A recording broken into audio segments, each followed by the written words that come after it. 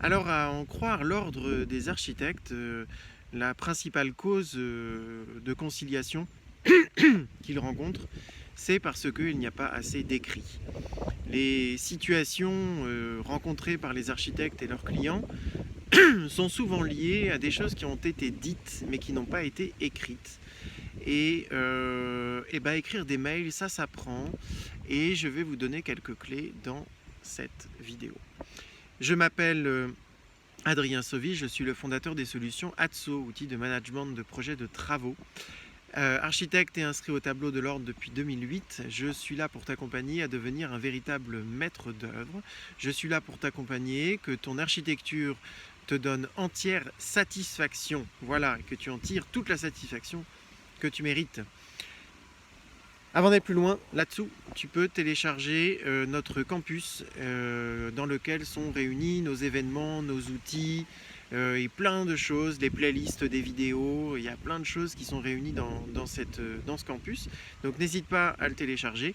Et nous, on va se contenter de répondre à cette problématique qui est comment constituer de la matière pour aller en conciliation. Et puis en fait, si vous suivez les conseils que je vous donne, vous n'irez jamais en conciliation. Voilà. Alors, faire des écrits. Faire des écrits, pour quelqu'un qui ne connaît pas ATSO, c'est rédiger des mails. Rédiger des mails ou les comptes rendus de chantier. Bon, on va parler de façon plus globale et on va rester sur les mails. Écrire un mail, ça veut pas dire... c'est souvent l'attitude que l'on a, c'est... voilà, il faut que je dise un truc à un client, je m'en occupe, je lui écris, et après je passe à autre chose. C'est là qu'il se passe, c'est cet instant T-là qui fait qu'il y a un problème. Parce que en se disant, je vais rédiger le mail et je passe à autre chose, vous vous mettez dans l'obligation de répondre à une problématique, mais d'y répondre de façon concrète, de donner des vraies réponses. Et qu'est-ce qui se passe? Notre cerveau n'est pas si parfait que ça. On commence à rédiger le mail, puis on se rend compte qu'on n'a pas les réponses, donc on s'embobine dans des choses pas possibles. Et puis au final, le mail tient pas vraiment la route. Disons qu'on se met la tête dans le sable et puis on se dit ouais, c'est bien, mon mail il est beau quoi. Mais en fait il n'a rien à voir avec la réalité, le mail.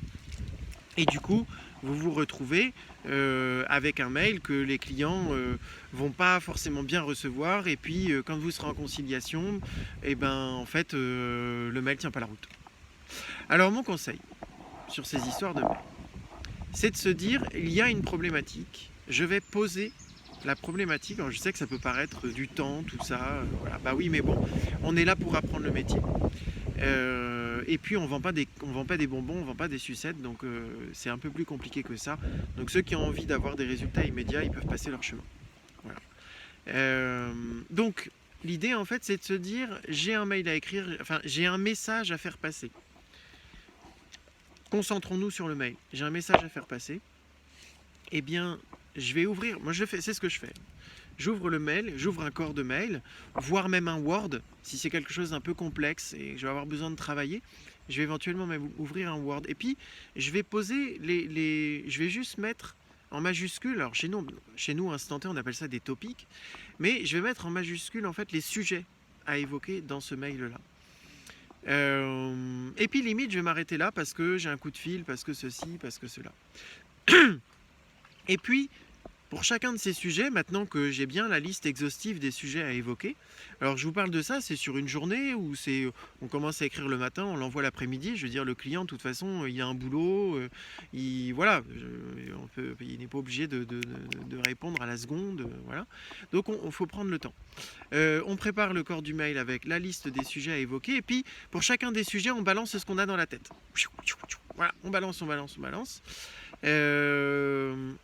Soit on a la capacité à revenir tout de suite sur ces éléments, à les mettre dans le bon ordre et à donner notre avis ou quoi que ce soit effectivement, on attend nous aussi de passer le moment du déjeuner, de réfléchir à soi, ah dis donc, heureusement que j'ai pas envoyé le mail parce qu'il y a ce truc-là qui me revient en tête.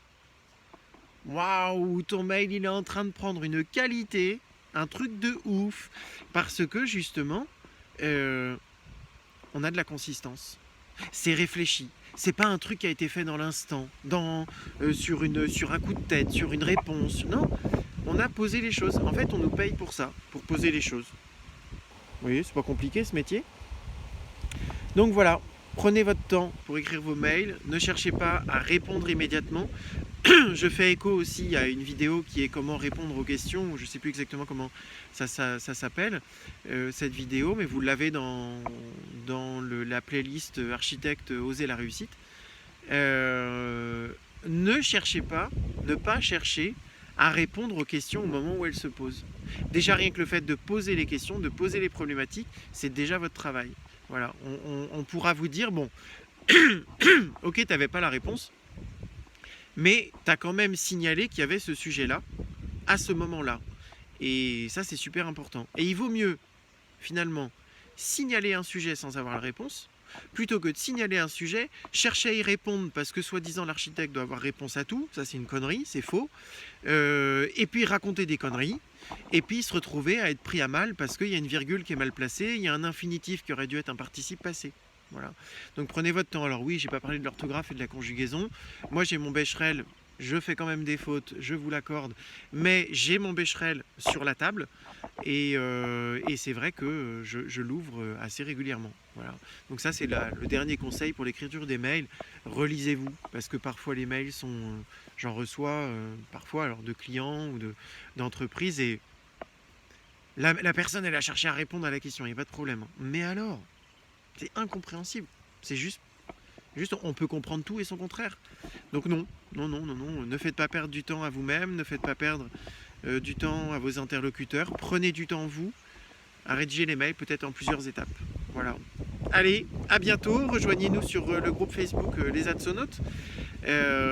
Téléchargez bien notre outil qui est juste en dessous. Et puis, bah, voilà, le métier d'archi, c'est faut foncer. À bientôt.